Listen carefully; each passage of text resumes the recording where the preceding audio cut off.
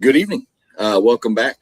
Another Tuesday edition of our WTP SPORTS show. We're doing top 10 returning safeties tonight, the last of our ranking shows of the year, as far as position players go, I should say.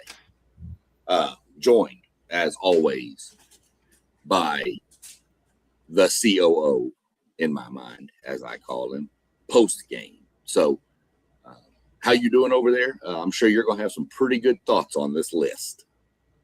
Oh, yes, sir, man. How you doing tonight, SEC? I feel great. I love the safety position in football. I love guys who like to come up and hit people, and we got plenty of those guys on this list. For sure. I mean, you hear it said a lot of times, safety, inexperienced safety is the quarterback of that defense. That's where a lot of trust is. Some use linebackers, but I know a lot of coaches really rely on the safety to do a lot of the communication as well, especially with the defensive backs. But yeah, so it was a pretty good list. We had a couple of people that were kind of shifted around. Anybody in the comments, hey, drop where you're from, where you're watching from, please. Let us know who you're interested in at safety. When we're done with the list, let us know who we missed. Let us know who you think's too high. Let us know whatever you want about what we've ranked here. So other than that, let's just jump into it. We're going to start with the honorable mention guys, and we had two sets of honorable mentions. And the first pair is going to be, let me get the graphic loaded real quick. It didn't load right then. It's going to be a Parlay Po player and my player. You've got Rod Moore from Michigan and Dalton Brooks from Texas A&M. Let me do this real quick. Let me hide the current comment so we can see the screen. There we go. So you got, I mean, Rod Moore is more of a Midwest, of course. You know, Michigan's always had good DBs and safeties up there. What are you thinking on Rod Moore? Man, I like Rod Moore a lot. I wish Parlay Po was here to give his take on Moore, but we'll substitute. I think, you know, Rod is a veteran guy for that team. He's a leader on that team. He's a guy who's going to come up and make tackles. A guy who's going to be put in a good position to get a lot of takeaways, SEC. And then I think the addition of the pass rusher from Utah, man, his name eludes me right now, but I'm really high on that guy. He's going with his pass rushing capabilities. I think he's going to give Rod Moore a lot of opportunities to get a lot of takeaways this coming year. Yeah, I agree with that. I'm sorry, John Henry Daly. There we go. Okay, yeah. I was trying to think of his name too. Man, it's one thing, man. When you do this, you gotta remember so many names. But John Henry Daly, I think he's an elite pass rusher for that Michigan defense. And with him rushing the passer, I think Rod Moore is going to have a lot of opportunities for turnovers.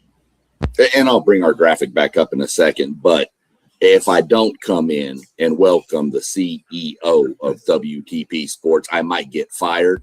So I want to go ahead and stop real quick and bring in Mr. Robert to the show. Glad to see you join us. Like I told post game, this is a good position. This is our final show. And man, this is going to be some fun debating and talking, I think. So what are your thoughts? How are you doing? I'm doing great, man. I'm glad to be here. I could never fire you, SEC Sean. You're too much of an asset, my brother. You're too much of an asset. I could never fire you. But, man, I'm excited to be here. I had to wash dishes, bro. Even though I got a dishwasher, I had to wash dishes. I get it. We've all been there. I promise you. Yeah, I mean, then again, if you do, I think I'm kind of safe because if you do fire me, you don't have anybody to argue with at the end of November about a football game. So let me bring this back up. We were talking about Rod Moore from Michigan. We were really hoping Poe would be on, but I understand things go. What are your thoughts on Rob Moore? I like Rob Moore, man. I expect for him to have a really outstanding season this season. He's been there at Michigan for quite a bit. With the defense that Michigan likes to play, under Kyle Whittingham especially, I expect for him to do big things this year. They're gonna have a really good pass rush. They're gonna have some solid guys at the linebacker position. He's gonna have an opportunity to make some plays. Hopefully his hands ain't butter and he can make some of them plays. Yeah, what I look at Rod Moore, Post and Rob, you both kind of covered everything about him. But the one thing I look at, if you look at this graphic over here, is that very bottom line. It says national champion. That tells you a lot about this kid and his ability. So I expect big things out of him. The next, we talked about this in our chat. The next part I had with the safety honorable mentions was I was torn between this one and another one we'll get to in a minute out of A&M because I really like them both. Dalton Brooks. I'll let you start with Brooks, what you've seen from him, because, I mean, both of y'all teams have played and seen him play. So give me your thoughts, Rob, on Dalton Brooks. I like Dalton Brooks, man. I wish we didn't have to face him again this year, but we do. And I think that he's going to be able to allow for that Texas A&M defense to be a little bit more dynamic than they were last year. A guy like Dalton Brooks and the other safety, they had to fill in where the linebackers might have been a little bit too small. So I think this year they fixed that issue, and those guys at that safety position, a guy like Dalton Brooks is going to really be able to play the way he naturally wants to play. I really like him. I wish we didn't have to face him again this year, but it is what it is. Post game. Yeah, man, I like Dalton Brooks. That's a heck of a combo Texas A&M has down there with Brooks and the other guy. But, I mean, look at his stats. 62 tackles, 6.5 for loss, 4 sacks, 1 INT. That's a guy – that tells me that's a guy that moves around the defense. He isn't just stationary. And if Mike Elko is going to get that defense where it needs to be this year, I think he's progressed year in and year out. Dalton Brooks is going to be a huge factor and a big piece of that. Yeah, I'll agree with all of that for sure. And the next thing I'll say is the reason I did not vote him in over his cohort back there on the back end. Dalton Brooks has got to take better angles. He takes a lot of bad angles when he's chasing people down, coming downhill, not chasing an angle, chasing him from behind, but coming at him. He takes a lot of bad angles. Now, was some of that the linebacker not doing that job, and he's doing his job, but based on where we don't, whatever. And he's got to get his hands better. He dropped at least 3 interceptions last year. But the kid is electric. He was a running back, defensive back in high school. They ran a fake putt to him. He went 79 yards, almost scored, got caught from behind, which you never want that. But that's why I didn't vote him in. I left him outside. I think that's about right for him. I do think he's one of the top 15 to 20 safeties in college, but I'm not top 10. We'll move on to scroll. The next duo we have, and here we go with the names again. Y'all know me and my names. Faletal Satuala, sure, and Jelani McDonald. We got to get him in there. There's one of us in here wearing a shirt for him. So, Rob, I'm going to let you take Faleta Satuala from BYU first. Post, you can go second with him, and then go first with McDonald back to Rob. Man, I'm telling y'all, man, and I know I keep saying this, man. But college football is a riches of talented football players. This young man at BYU is going to be a baller, man. He's been in that system with that coach. I really feel like he's going to be one of the key components to that defense. Of course, we know about the linebacker that they got that transferred over there. And then you also got another transfer from Texas at the linebacker position. They're going to be really talented on their back end with their linebackers and their safeties and their corners.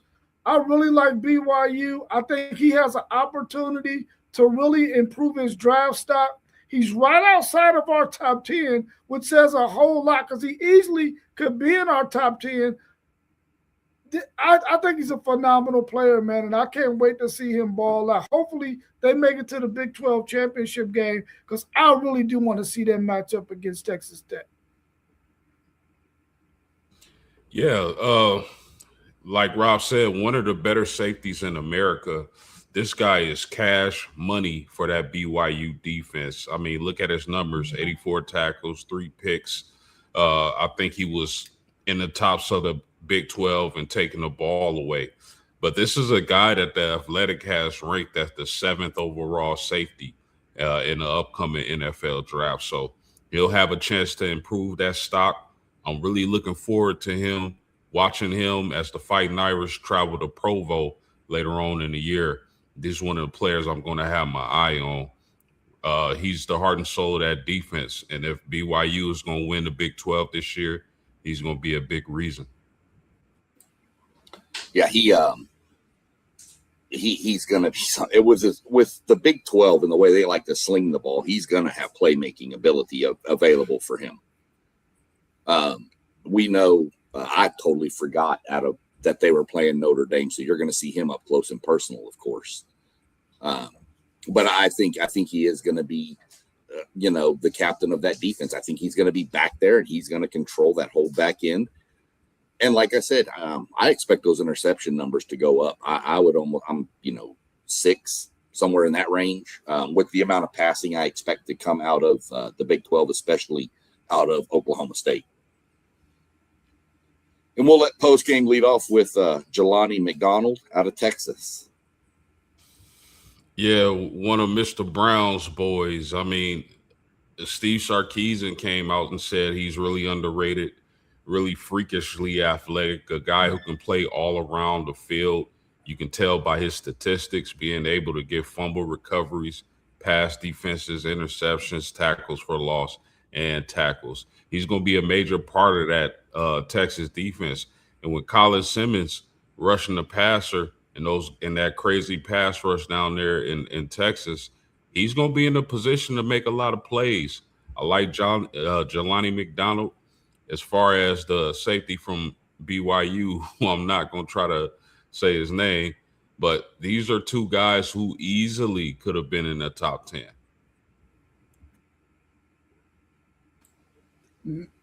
Man, for me, Jelani McDonald, if Texas finds a good covered safety and allow Jelani McDonald to play to his skill set, y'all about to see one of the best safeties in the country really improve his draft stock.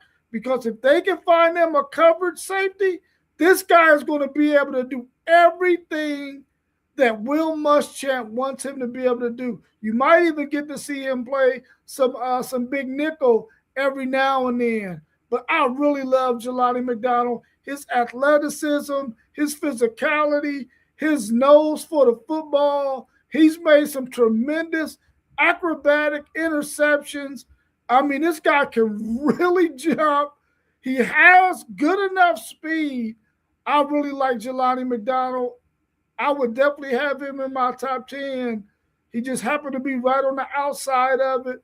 But I'm telling you now, man, if they get a good covered safety, you're going to really get to see all of his talents on display this football season. Yeah, for sure. When I look at both of these, what jumps out to me is they're sure tacklers. Look at the tackle numbers. They don't miss tackles. If they get you in their sights, you're going down. That's a big thing. The only thing I'm concerned about with McDonald, Rob, is it's a new defensive system. And I think we've discussed before that DB room at Texas is probably the weak spot of that defense. So he's the one guy that has to kind of bring it all. I'm not saying he can't, but I think that's the weakest spot on that Texas defense, which, by the way, is not that weak anyway. Okay. So, but that's the one knock I would have on Jelani McDonald is the new system and the youth and lack of experience around him. Man, it's definitely but I don't want to face him again either. I don't want to face him again either. So.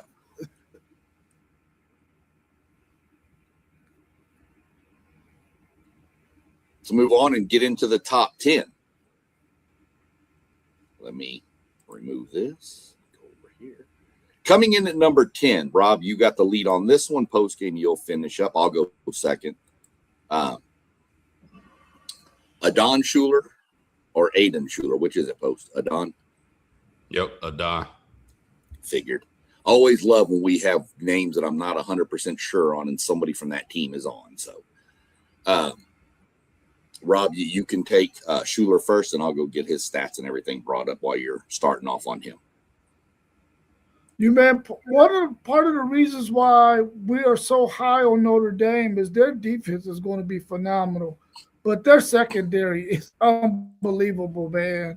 You get Adon, Schuler, Notre Dame, 6 foot, 202 pounds, already has played 3 years at Notre Dame, 118 tackles, 70 solos, 5 passes defended, 1 sack, 3 forced fumbles, 5 interceptions, 1 of them ran back for a TD.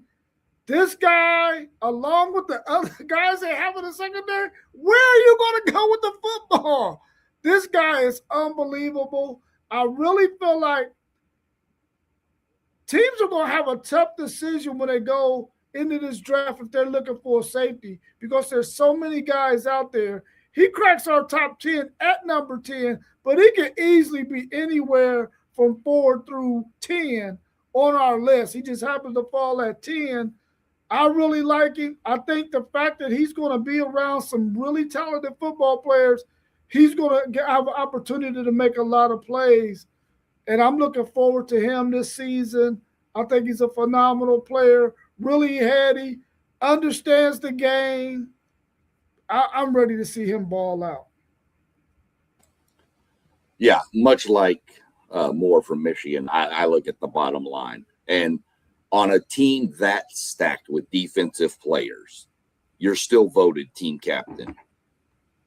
And, I mean, not saying Leonard Moore's not one because he probably is too, but to be voted a team captain at Notre Dame is a badge of honor. That's impressive. You mentioned it, forcing turnovers. I mean, pretty much you can look, there's 4 forced turnovers, 2 interceptions, 2 forced fumbles. Whether they recovered both of those fumbles, I don't know. But he forced them. He's physical. He's a physical player. He's another one. The tackle numbers aren't so high, but he's not missing when he tackles.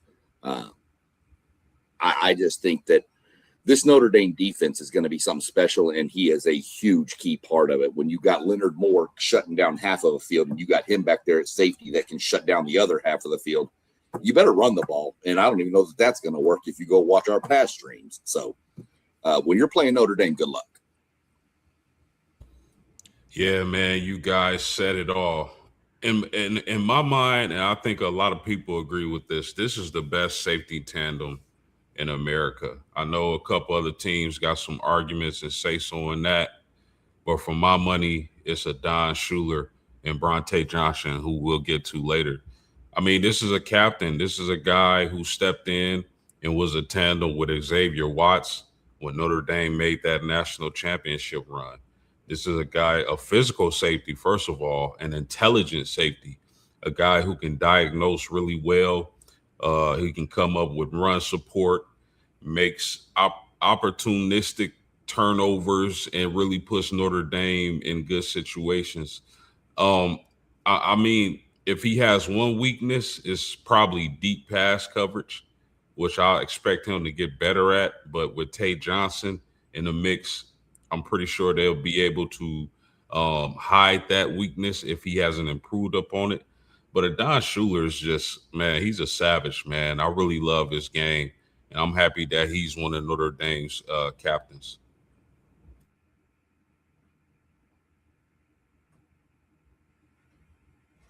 I know not just that he's a captain, but I know you're over there smiling in the background that he's putting on green and gold too. So, because there's a lot I'd love to have him in maroon, I promise you. The next one we're getting to, this is a little odd for me.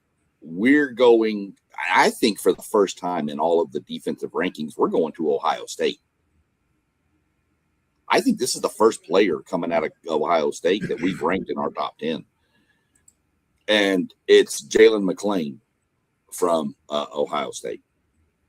And we'll go post then to Rob on McClain, and I'll get him brought up.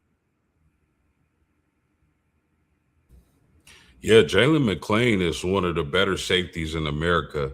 And with Downs going to the NFL, he's going to be asked to step up and be the leader of that secondary. 53 tackles, 3 pass breakups, third team all Big Ten. This dude is a baller. And I think I really like them bringing Earl Little over from Florida State. And I know he'll probably play the nickel, but I think that's going to help Jalen McClain a lot. I really wish Zay or Team Juan was on to break him down, because I know they got some really good insight on him.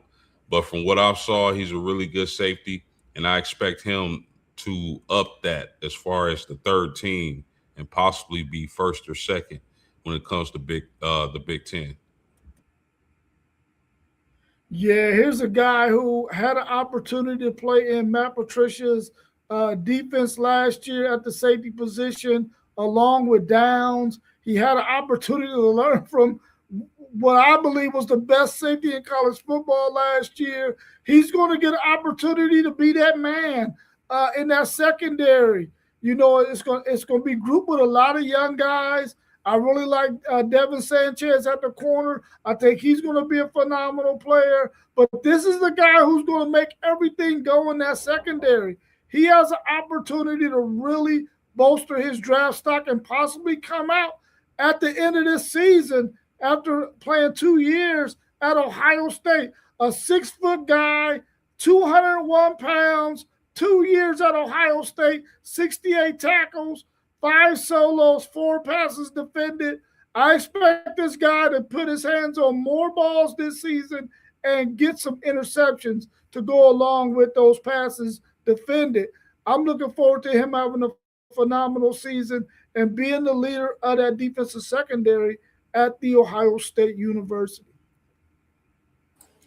Yeah, you said it. I mean, he learned from what we all probably do consider the best safety last year.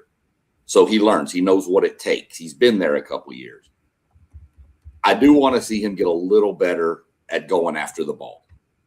I'd like to see the interception. I don't need big interceptions, but a couple would be nice to see. But what's really nice to see, coming from a safety position, who are a lot of times put one-on-one with a speedy receiver or even a backfield coming downhill at you, 4 missed tackles. That's really good. You're stopping the I don't want to say the big play because they could have been 10 yards down the field, but you're stopping the 50 to 60-yard play by making those tackles. So, like Jalen McClain, think he's going to shine back there for Ohio State. Again, just think it's odd that that's the only Ohio State player we've had. But, you know, that they lost a lot off that defense, let's be real. So, could be a little bit expected. You got something post-game? No. All right. We will move on down the list and jump to number 8,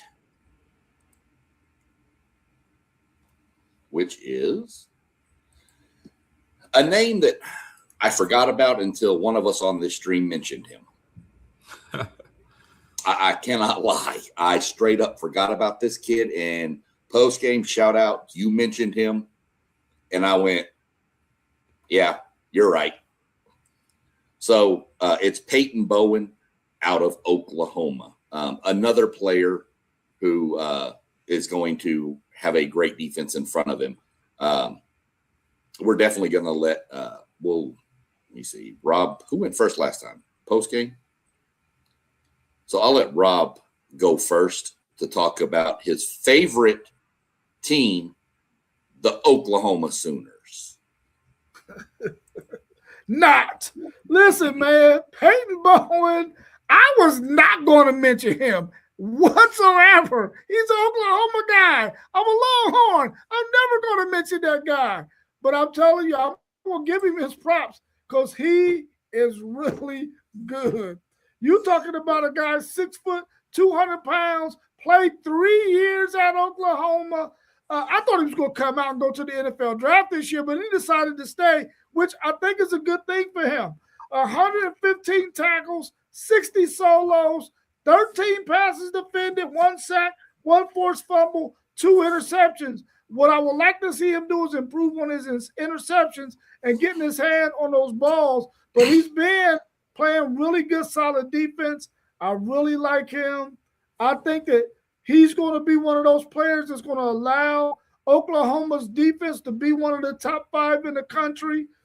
They were really good last year. I expect them to be really good this year. He'll be the quarterback of that defense. He'll be making sure all of those guys are lined up where they need to be. And anytime you play in a Brent Venables defensive system and you get to do it for 4 years, you know he's going to be phenomenal. And I'm looking forward to seeing him do that. I just don't want to see him do it against my Longhorns in the Red River rivalry. Yeah, no doubt about that, Rob. I really like Peyton Bowen. We're talking about a 5-star kid out of high school. And, at first, I was really disappointed in Peyton Bowen coming out of high school because first he commits to Notre Dame. Then on signing day, he commits to another team, commits to other teams. So I'm like, man, what is up with this guy? But we're here to talk about football. His football playing ability is just amazing to watch. This is a guy who's a safety who can play deep coverage, or you can bring him down and he can play the nickel, or you can blitz him off the edge. That kind of versatility in a safety is the reason why I'm sure he's going to be a high NFL draft pick. Love Peyton Bowen. I remember all that. That was funny. Him and his brother both played on the same team in high school too. Eli Bowen. I mean, what do you want him to do? You want him to cover the deep third? You want him to come to the line of scrimmage blitz? You want him to sit back as a linebacker? What do you want? And he's going to do it, and he's going to do it well. He's got the size, the strength, and the speed to do it all. I fully expect he's going to climb this ranking probably a little bit. I do think he's going to benefit from what's in front of him on that Oklahoma defense for sure. But, I mean, his tackle stats are a little bit low compared to some of the other safeties we've seen. But let's remember that Oklahoma D-line was pretty good in making a lot of tackles last year. So I fully expect you're going to see him coming off the edge a little bit more to hurry up quarterbacks than you did last year. I think you're going to see a little bit more of him down near the box. But we'll see what happens. But, yeah, I'm again, Post. I can't, good call there.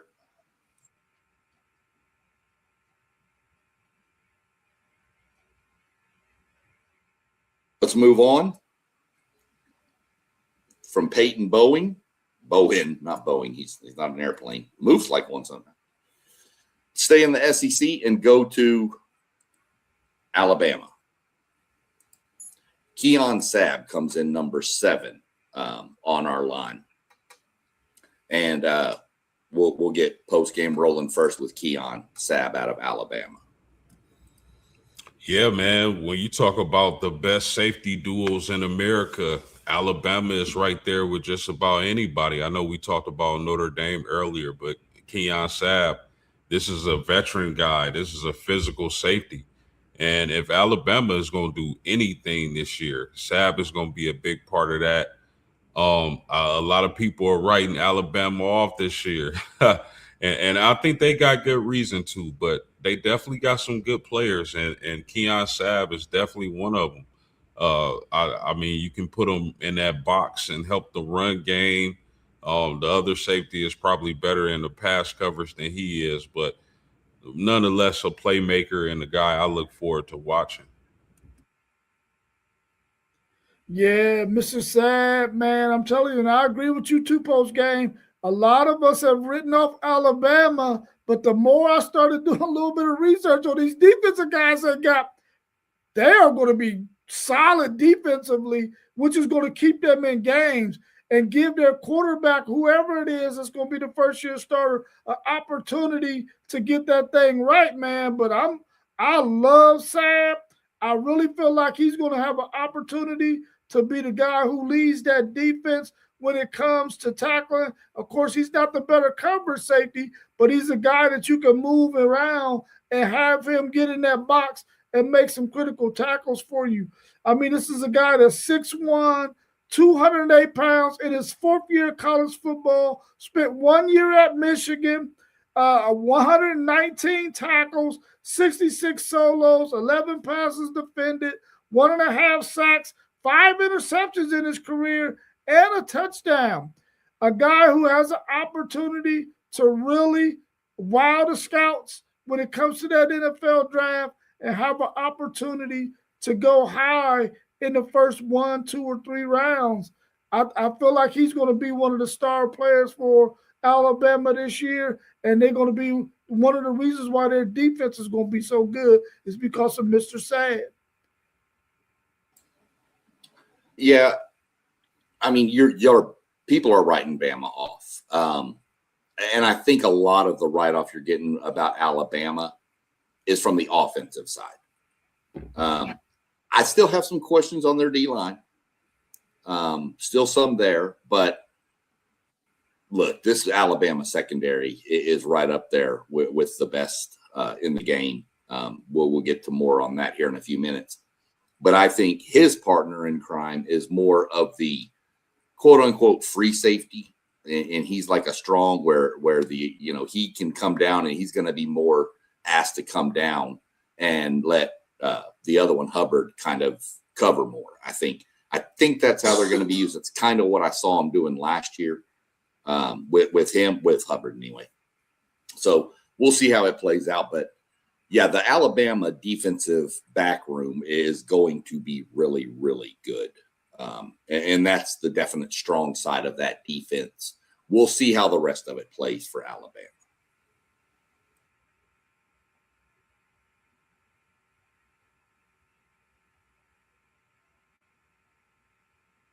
Going on to number 6, the second part of the safety room at Texas A&M is Marcus Radcliffe. And before we get going with him, I'm going to give y'all a little thing I found out the other day.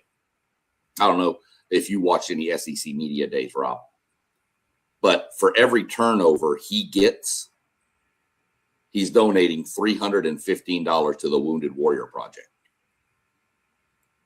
So if you're playing A&M, throw the guy at least one pick a game. That's all I ask for. You can throw more, but at least one, please. So I thought it was a really cool thing he was doing. So I wanted to be sure I brought that up on the show because I think that's a really, really good reason and some motivation for him. Yeah, that so is Marcus, really cool. Go ahead. Oh, go ahead. Yeah. Sorry. Yeah. And we'll let you go first, Rob, because I know your second favorite team right here. You can't help but wanting to talk about A&M, so I'll let you jump and then post you can hit. Yeah, I want to get that taste out of my mouth quick as possible, talking about an A&M guy for sure. No, but Marcus Radcliffe, I like him as well. You're talking about a 6'2", 209-pound guy, a guy with a lot of freaking experience. He's in his 4th year, and he's 2 years with Mike Elko. So you know this guy's going to be phenomenal. He had 3 years, 1 year at San Diego State. Listen, this guy has 164 freaking tackles, 91 solos, 4 passes defended, a forced fumble, 4 interceptions.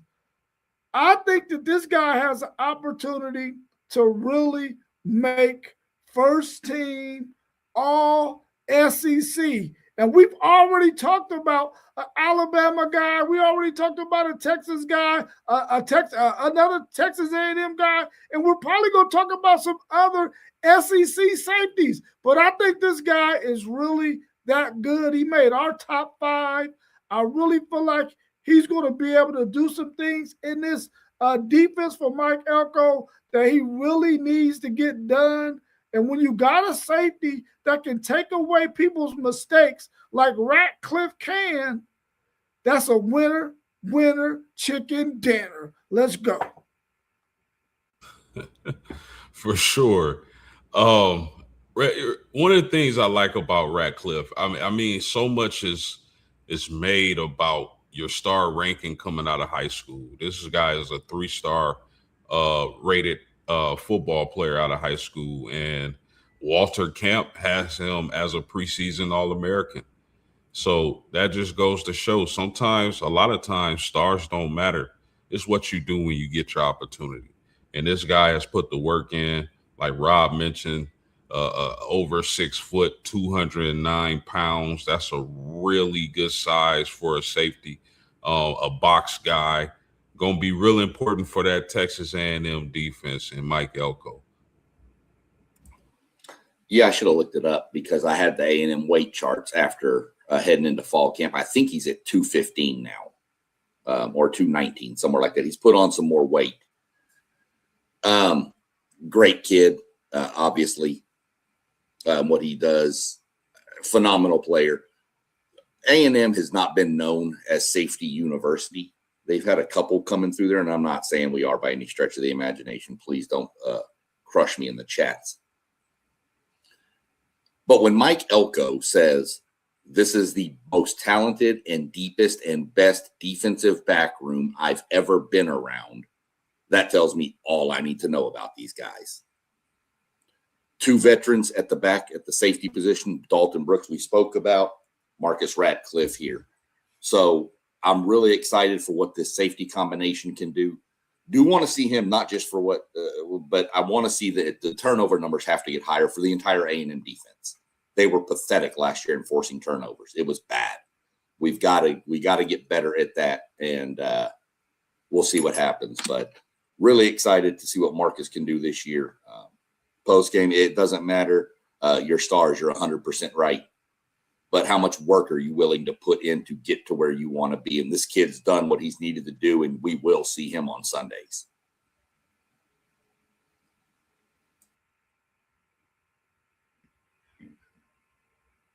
Let's move along.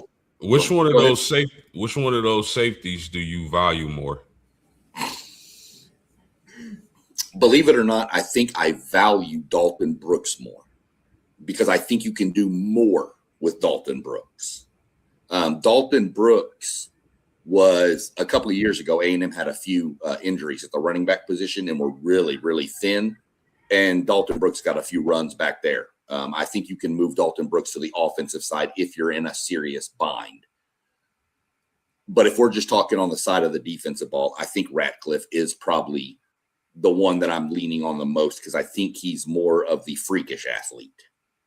Dalton Brooks is just a solid, strong, quick guy, but Ratcliffe, I think, has the other factors, to put it nicely.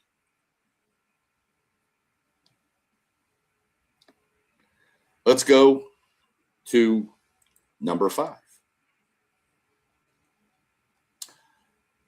And we're going to go down to South Beach.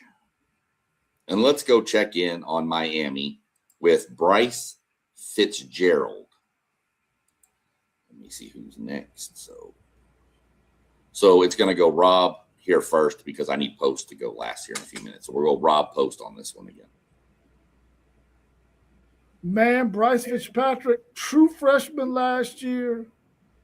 He's playing this year, year 2, 6'1", 185 pounds, 16 tackles, 10 solos, 2 passes defended, a sack, 6 interceptions.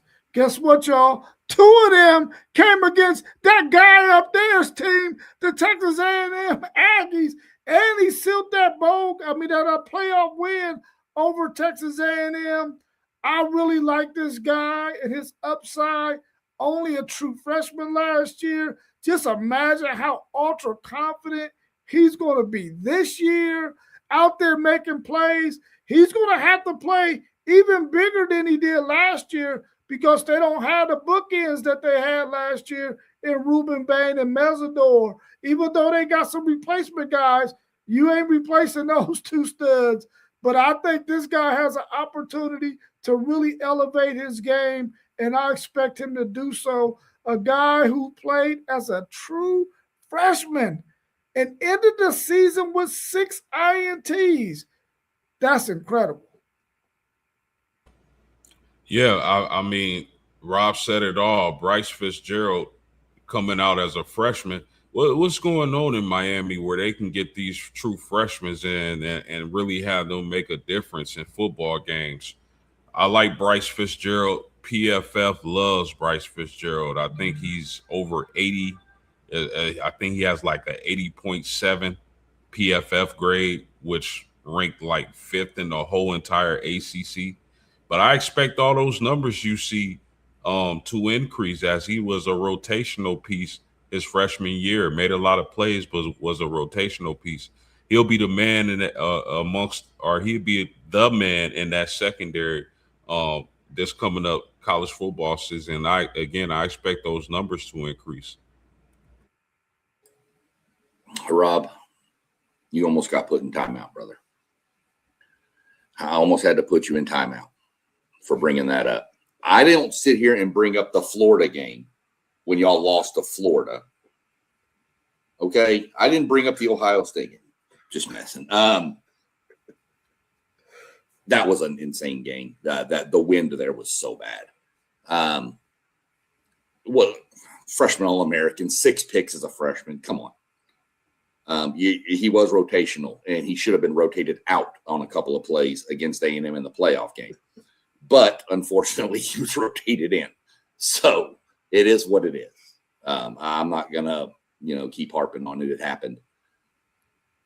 But for being a freshman in that defense, which he had some, people stacking the front up to where he didn't have to worry so much. But to be a freshman in any level college football and making a run with the team to the national championship game, this kid is just going to be must-watch TV on the back end of this Miami defense. I mean, I don't know that he gets 6 interceptions because I think people are going to probably stay away from him as much as possible. But good Lord, he's good. And he was a true freshman, right? He wasn't a redshirt. He was true. Yeah, that's what I thought. Him and Malachi Toney, both true freshmen last year. That's just, you mentioned it post game. Where are they getting these true freshmen and doing that with them? But it is what it is. Bryce Fitzgerald, man, good gracious, he's good. Let's go ahead and move along to number 4. And post game will lead this one off. We're going to stay in your state. Amari Farrell from Indiana. Yeah, this guy easily could have been top 2 in my mind. I think Amari Farrell is a playmaker. He's definitely a ball hawk safety, gets a lot of pass breakups, gets INTs. And for a guy of his size, standing at 6'2", over 200 pounds, really moves well. Kirk Cignetti allows him to be all over the field. He's going to be a monster for the Hoosiers. I really like his game and athletic safety. I expect him to be one of the top safeties in America this upcoming season, and I definitely believe he'll be at a really good draft pick for someone in the future. Yeah, Farrell, Indiana, 3-year player, 6'2", 205. Listen, 3 years at Indiana. You would think after his freshman year, once Cignetti got there his sophomore year, maybe he might have thought about going somewhere. But he didn't. He stayed and has been in Indiana's system with Cignetti for 2 years now. This year will be his 3rd year. 106 tackles, 57 solos, 7 passes defended, 1.5 sacks, 8 interceptions. This guy is going to ball out. And I know we all talk a lot about Cignetti and his teams, their discipline, how they pay attention to detail. This guy is going to be a big piece for the Indiana secondary this year. I'm looking forward to him doing what he does. I expect for him to have a fantastic season and probably be first team All Big Ten this season when it concludes.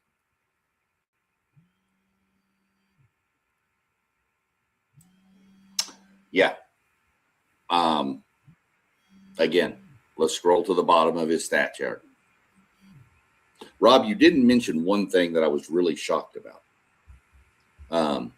Every time we've talked about this certain program, there's always been a Curt Cignetti reference, and we didn't get one there that I heard. So I was kind of shocked. Are you slipping up? You having a little bad taste on Cignetti now? What's going on here? Experience. I mean, he is in Cignetti's defense, and he's going, again, we've said it. Rob has said it. We've all said it. He's going to be in the right place to make the plays he needs to make to do what he needs to do for that defense. And that's just all there's going to be to it with Pharrell. I don't know, and I'd have to look a little more, but when I looked at some tape on him, this guy reads the quarterback well. He might read the quarterback better than anybody I've seen. He is amazing at looking at the quarterback and reading what he's thinking. So great guy on the back end of that Indiana defense. We'll see how it plays out with him. But yeah, good gracious. Let's see what's going on next. Go to number 3. And postgame will obviously go last on this one, which is Bronte Johnson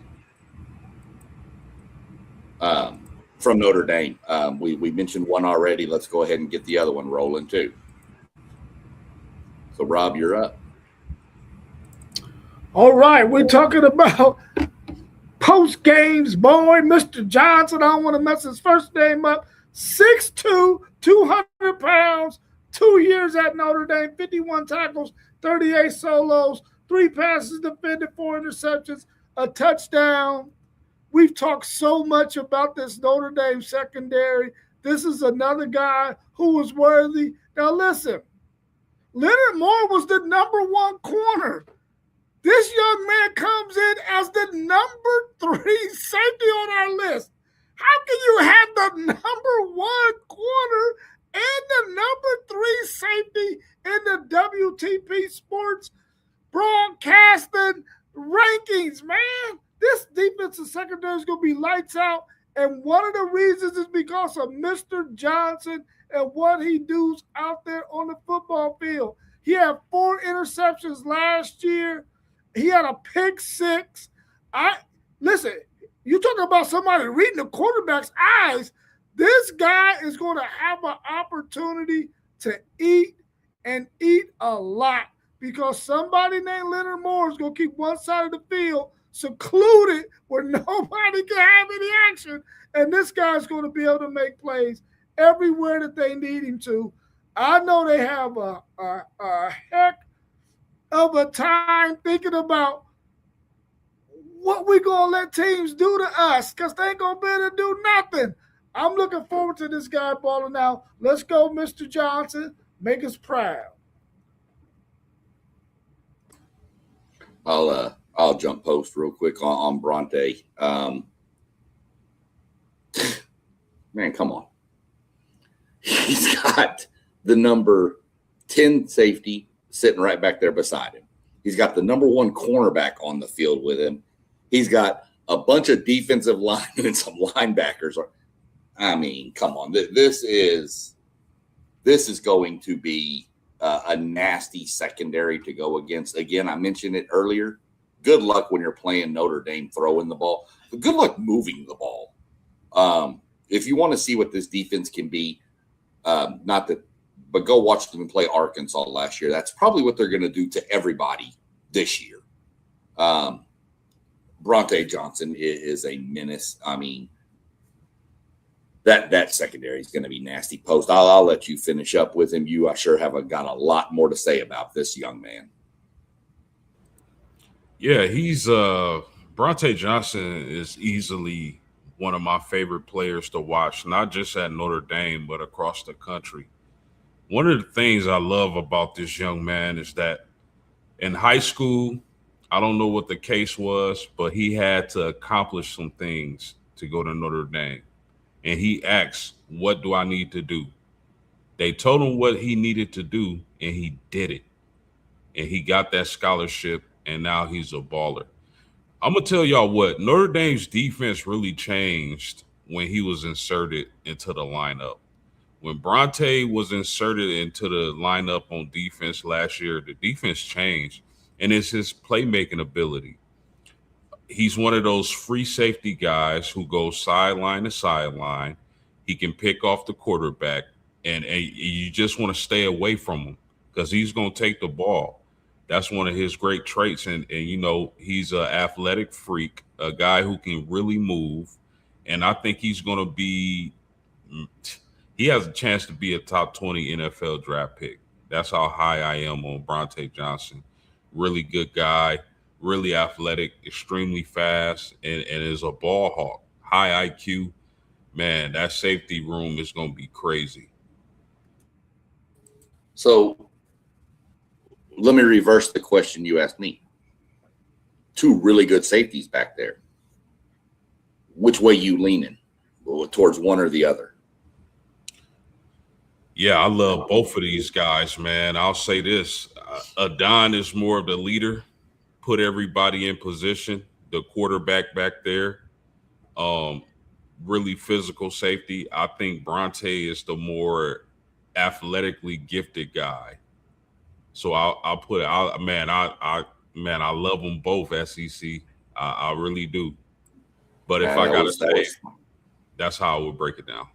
Yeah, that's you're in the same boat I am with both of mine. So we can't ask Rob because there's only one Texas player on the safety field. So, but we can't compare those. When was he inserted? That's what I want to know. Do you remember when he actually got inserted and made an impact? I want to say, if I remember correctly, it was, I want to say the Purdue game. I'm not 100% sure. I just know once he was inserted, the defense looked totally different. Yeah, I remember we mentioned it before about the A&M game, and I said that's not a Notre Dame defense. There's something not right there. And then at the end of the year, that was a Notre Dame defense. So I was just curious when he got thrown in, but no worries on that. Well, Rob, we should be happy. The final two, number 2 is coming out of a team we've already mentioned.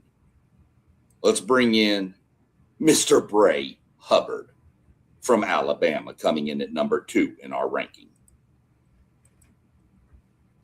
Listen, SEC, SEC, SEC, SEC. Mr. Bray Hubbard. Listen, 6'2", 217 pounds. A guy who has played 3 years already, 132 tackles, 83 solos, 10 passes defended, 2 sacks, 4 forced fumbles, 7 interceptions. This guy can play everywhere on the field where you need him to, in the box, back, coverage, whatever you need this guy to do, he can do. He comes number 2 on our list. Do you know how monumental that is to come in on WTP Sports at number 2? He's going to ball out, man, and I'm starting to think more and more about this Alabama team and why I had them ranked I think they're in my top 10, in my top 25, because their defense of secondary is going to be really, really good. Mr. Hubbard, don't make us proud. Yeah, that's one heck of a photo of Ray Hubbard, man. But I mean, Ray Hubbard is elite, man. I think he lacks deep ball speed, but anything else, this guy is exceptional with. The thing I like about Ray Hubbard was he was a quarterback coming into college, and they switched him to safety. So when you talk about quarterback of the defense, I mean, imagine the advantages this guy has, um, playing safety, being a quarterback for all those years. He knows the keys, he knows the reads, he knows what to look for, what a quarterback is looking for. So this guy is a elite safety, and I'm looking forward to watching him play. And I don't know who this James Jordan guy is, but well, I think everybody said Bray. Yeah, I actually put him first in our rankings over the next guy. I got beat out, but I don't think you can go wrong. I'm not sure you can go wrong with 1, 2, or 3, to be honest with you. You went where I went. Quarterback, puts in the work, watches film during the week, understands route combos, knows where cuts are coming, knows when they're coming. He knows how to read a receiver because he was throwing it to the receiver. So he knows what to look for and what to key on to get in front to make plays on the ball, which you mentioned, Rob? 7 interceptions in his career, 4 last year. So very athletic, does struggle, you're right, against the deep ball. He can be beat deep. If you've got a speed guy, you can get behind him. But you better have a good throw, because if it's short or offline, he's probably going to get it. One thing I want to bring up to y'all real quick before we get to the next one, number 1 on our list. If y'all listen to the size of these players at the DB position, not just safety, but cornerback too.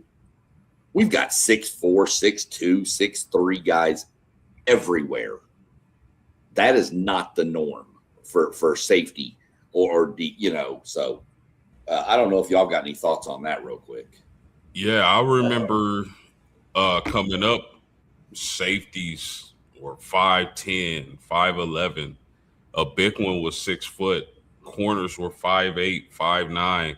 It's just evolved, man. The athleticism, the frames on these guys is amazing. So that's definitely something that I've realized SEC shine, like, through the years watching these positions evolve. That's a really good catch. Like, these are some freakish athletes, man.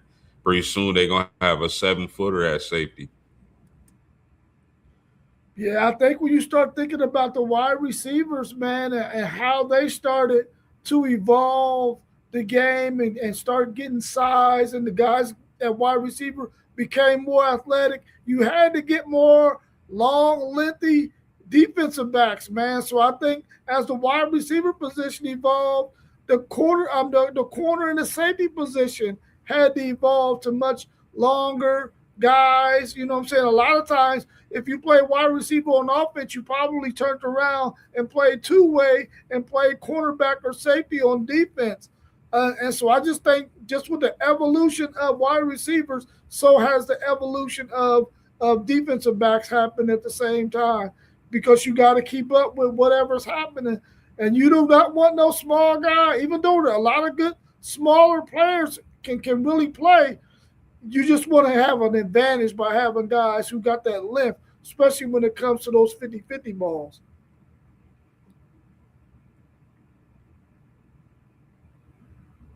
For sure. I just thought it was odd. I'm used to post games of them 5'10", 5'11", 6 foot maybe, but this is just getting crazy. And that leads us to our number 1. Get up here to him, and we're going to stay in the SEC. And KJ Bolden from Georgia. I don't remember who can go first. Either one of y'all can go first post game, Rob. Doesn't really matter. I've lost the rotation again. Well, I'll go first. Listen, man, KJ Bolden out of Georgia, 6 foot, 195 pounds, 2 years at Georgia, 135 tackles, y'all, in 2 years. 135 tackles, 72 solos, 6 passes defended, 1 sack, 1 forced fumble, 3 interceptions. He comes in as number 1 on our safety list. I really like this guy. I'm glad that my Texas Longhorns does not have to face this guy again. Hopefully we do, though, in the SEC championship game, because that's the only team I want to face in that championship game is Georgia, because Georgia is king. And I feel like KJ Bolden is going to be that piece that Georgia needs to command that secondary and to command that defense. I think he's going to take that step and be the leader on that defense. I really like KJ Bolden, and that's why he was number 1 on my list and number 1 as a consensus on everybody else's list. Yeah, man, this is no doubt in my mind the number 1 safety in college football. His versatility, man, he can play deep coverage. He can come up to the box, be a box safety, or he can play the nickel.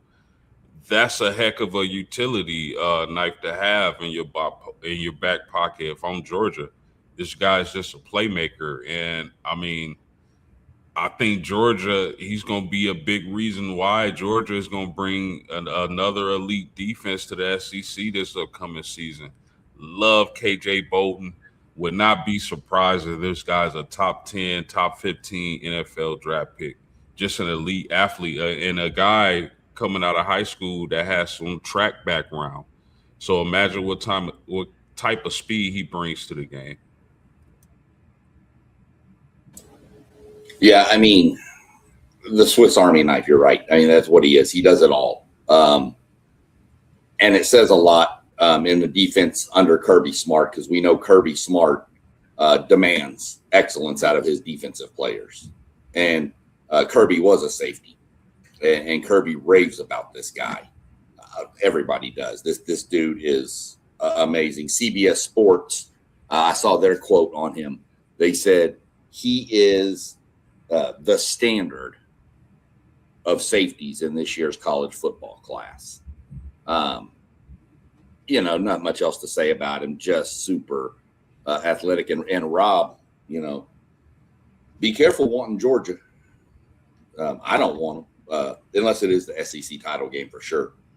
But Georgia's the king of the SEC for now, and until somebody knocks them off. So I just know that Georgia team's going to be really good on defense. They always are. There's some defenses out there this year, guys. We've got guys all over from Notre Dame, Oregon, Miami, Texas. We've got guys everywhere. This is going to be one of the best defensive classes I've ever seen come out of college football, from top to bottom.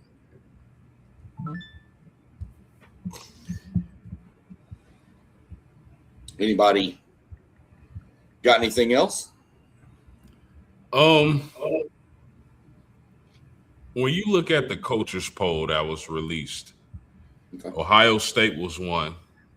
Oregon was 2, Georgia was 3, Texas 4, Notre Dame 5, right? Right. Those top 5 teams, what do they all have in common? They have a really athletic defense and a returning starting quarterback. I found that really interesting, fellas.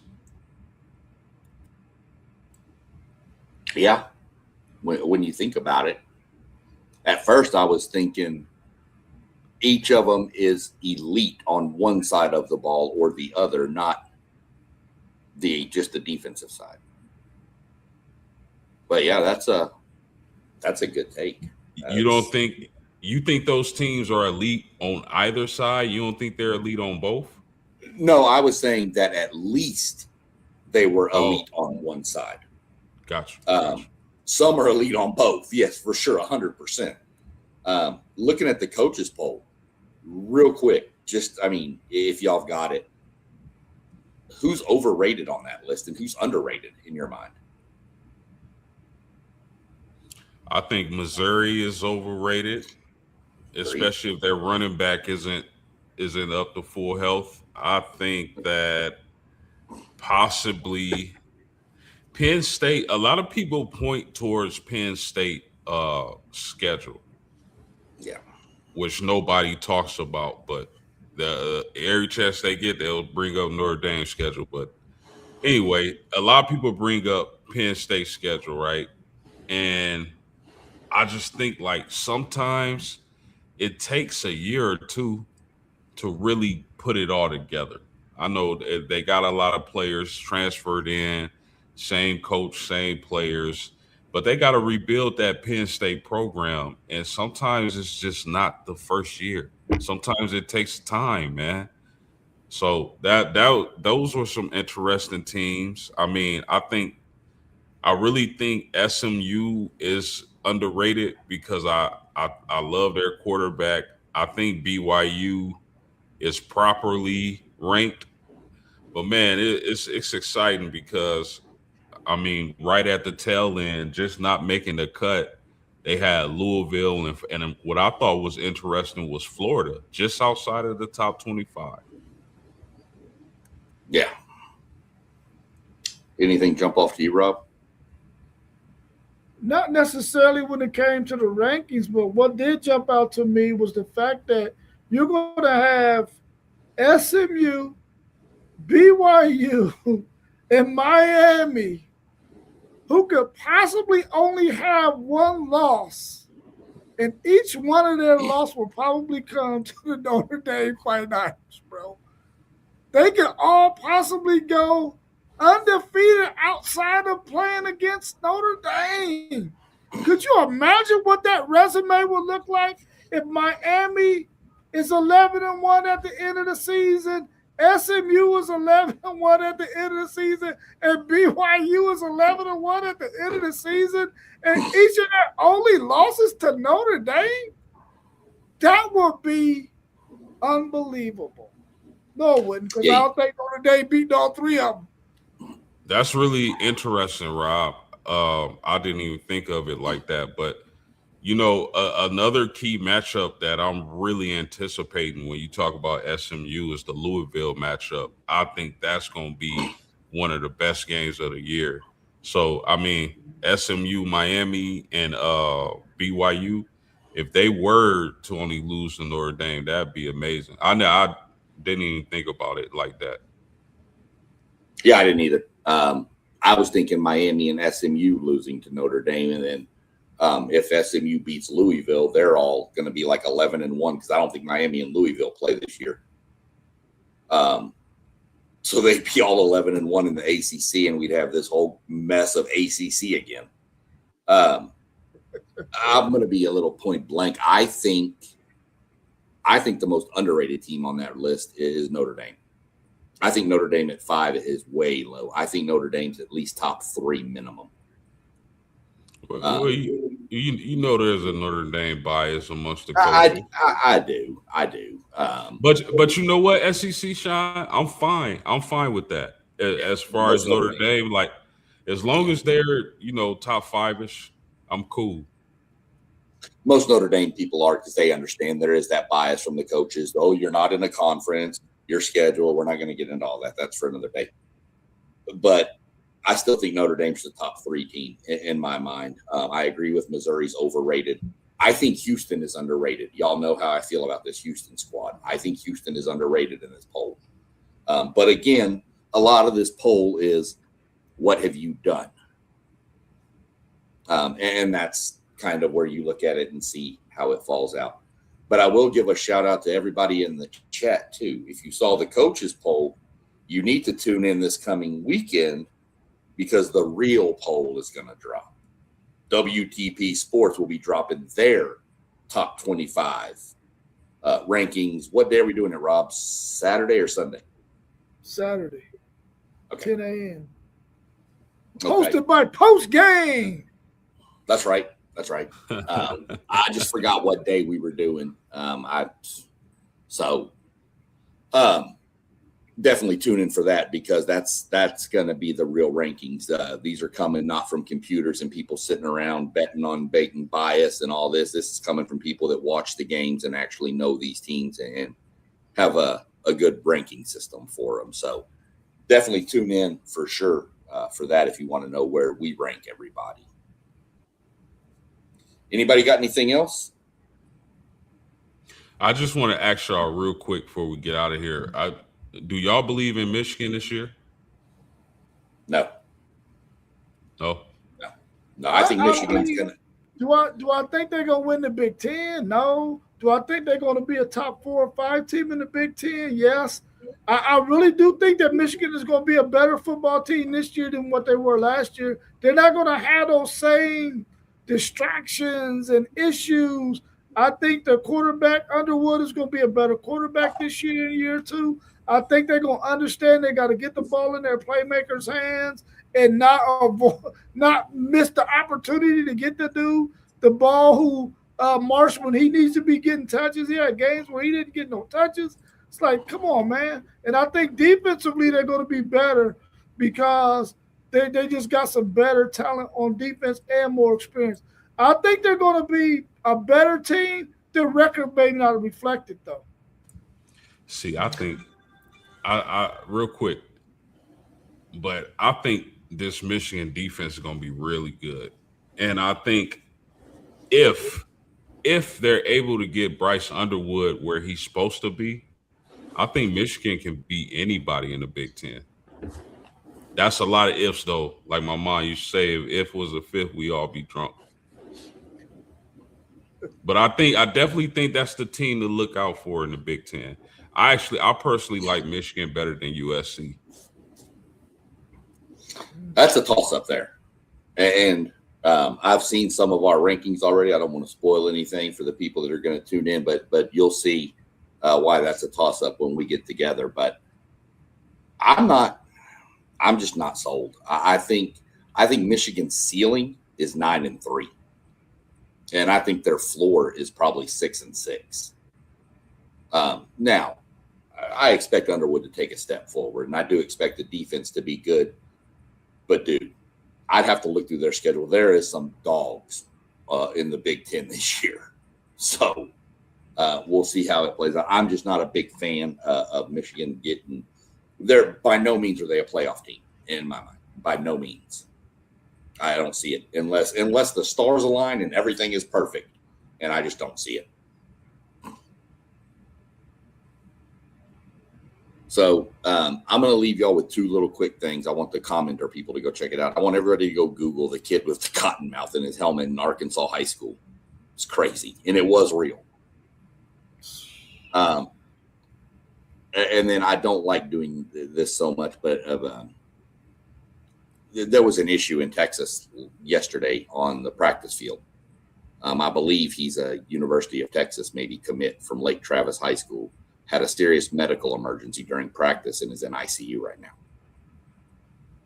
So, keep that, for what you will. I just got that the reason I mentioned it because it just broke by Matt Stepp down in Texas, sent it out. I saw it yesterday, but I wasn't saying anything till I knew it was able to be posted. So, it's hot out there. Down there, these guys are out practicing to give us the entertainment we want. So hopefully everything's good with that kid, and we'll go from there. But other than that, I appreciate all the stuff in the comments. Appreciate the analysis from you two fine young gentlemen. And we'll be back again. I believe tomorrow and Thursday we're doing NFL breakdowns. And then Saturday, of course, we mentioned the real Top 25 show. Sunday, I believe, is the Over and Under Big 10 show. Rob, is that right? Is that Sunday? Yep. So a lot of content coming, and then we're going to start working on some stuff after that. Like I said, this was our last ranking show for the defense. So now I'll come up with something else we can do. Don't know what it is yet, but we'll figure something out. So other than that, if you gentlemen don't have anything else to add, we will get on out of here and call it a Tuesday night. We'll just tell all the fine folks, peace.